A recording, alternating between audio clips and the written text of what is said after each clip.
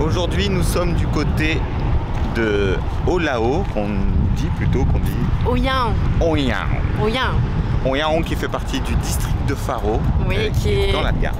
C'est ça, et qui est réputée comme étant l'une des meilleures villes où manger du poisson dans l'Algarve, au Portugal. Bien. Nous, on aime beaucoup le poisson. Ouais, surtout ici quand il est fraîchement pêché. C'est ça, et de toutes les villes qu'on peut trouver dans l'Algarve qui sont très touristiques, celle-ci est la plus populaire. La plus authentique. La plus traditionnelle. Ouais. Donc elle est reconnue aussi pour son marché. Et d'autres petites découvertes que nous allons faire avec vous ici.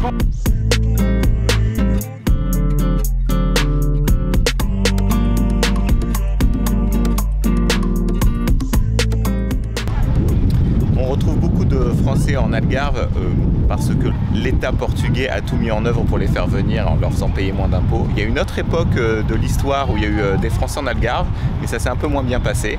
C'est lors de l'envahissement du Portugal par ce cher Napoléon. Les troupes sont arrivées ici en Algarve et c'est à Olao qu'il y a eu une petite révolte contre les Français. D'ailleurs, on peut retrouver dans la ville certaines fresques parlant de cette histoire. Et ça a permis de libérer l'Algarve des Français de la conquête de Napoléon dans le coin. Suite de cette révolution, quelques Portugais ont embarqué dans un bateau et ont traversé l'Atlantique jusqu'au Brésil, où était réfugiée l'élite du Portugal pour leur parler de cet exploit. Ouais, de leur... Toi, tu sais combien de temps réussite. Tu sais combien de temps ils ont mis à traverser le Brésil? Ils ont mis 2 mois. Ils ont mis 2 mois. Traverser avec le bateau.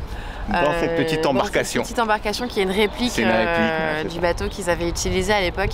C'est incroyable quand on se disait, mais ils n'avaient pas froid aux yeux à l'époque. Ils disaient, allez, on va se faire un petit bateau, on va traverser l'océan. Tranquille. Voilà, impact carbone, 0. 0. Mais 2 mois.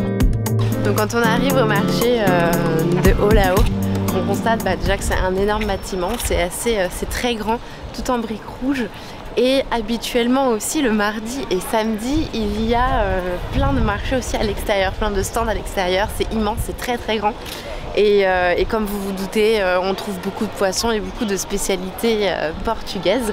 Voilà, donc c'est un petit coin qui est fort sympathique et qui est très touristique en fait, surtout le week-end en fait.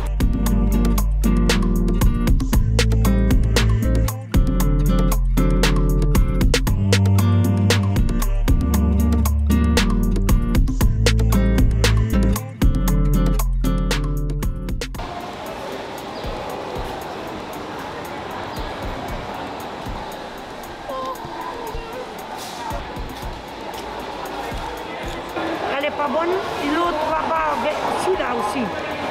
Ils sont petits, ils sont bonnes. Ouais. Parce que c'est d'ici, hein, c'est pas... Oui, j'imagine.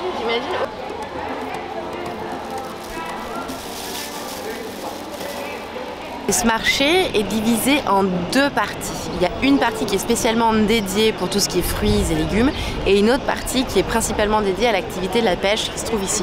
Donc il doit aussi y avoir fort probablement de la viande parce que les Portugais cuisinent beaucoup la viande. Voilà, mais c'est vraiment séparé en 2 parties distinctes. J'espère qu'on va avoir de quoi se régaler.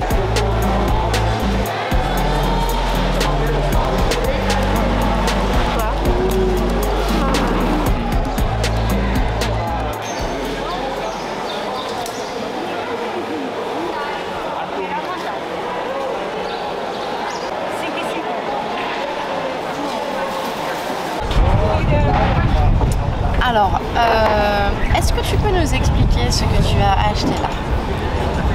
C'est du shit. Du shit portugais. Non, en fait, c'est du thon rouge séché. Ça peut paraître un petit peu étonnant comme ça. C'est une spécialité du coin, de l'Algarve. J'en prends surtout ici, moi j'en achète assez souvent.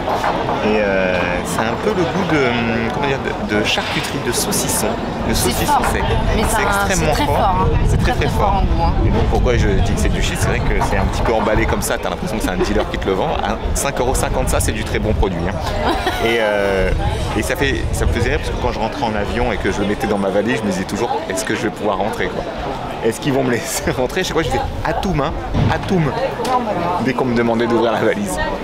Bon, en tout cas, ça c'est un des trucs que Xav adore. Moi je peux pas, mais voilà.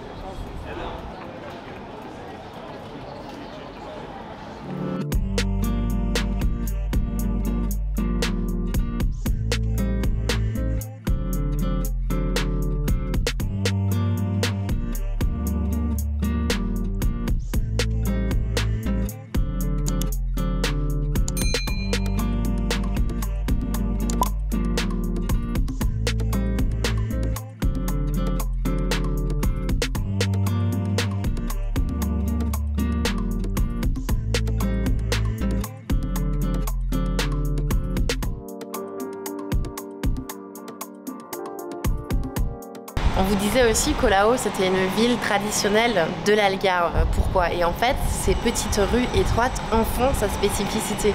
Donc c'est plein de petites ruelles comme ça, comme un petit labyrinthe où on prend vraiment beaucoup de plaisir à se balader. Et aussi les toits qui sont des toits plats typiques en fait qu'on retrouve beaucoup dans l'architecture aussi arabe, parce que vous savez que les Arabes donc du coup sont venus aussi ici à une époque. Et voilà, donc on trouve tout ça et c'est très dépaysant.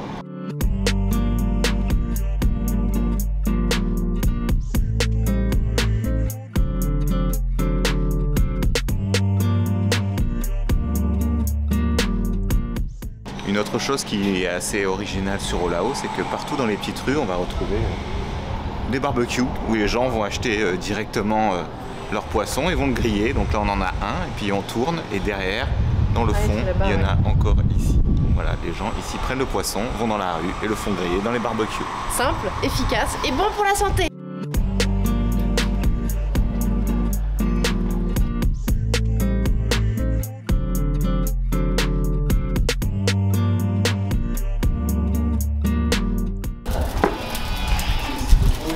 C'est l'heure de déjeuner.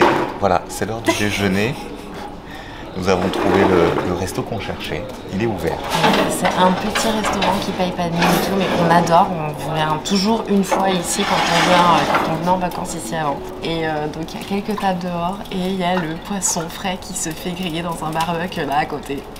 Donc on est sûr de manger du poisson frais et pour très peu cher, c'est là où viennent les Portugais manger. Voilà.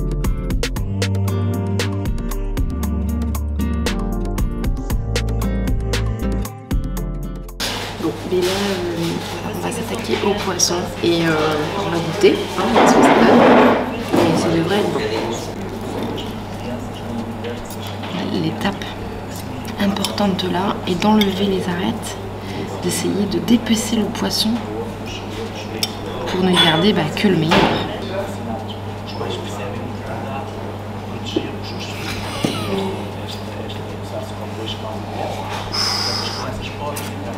Des sacrées arêtes dans des petits poissons.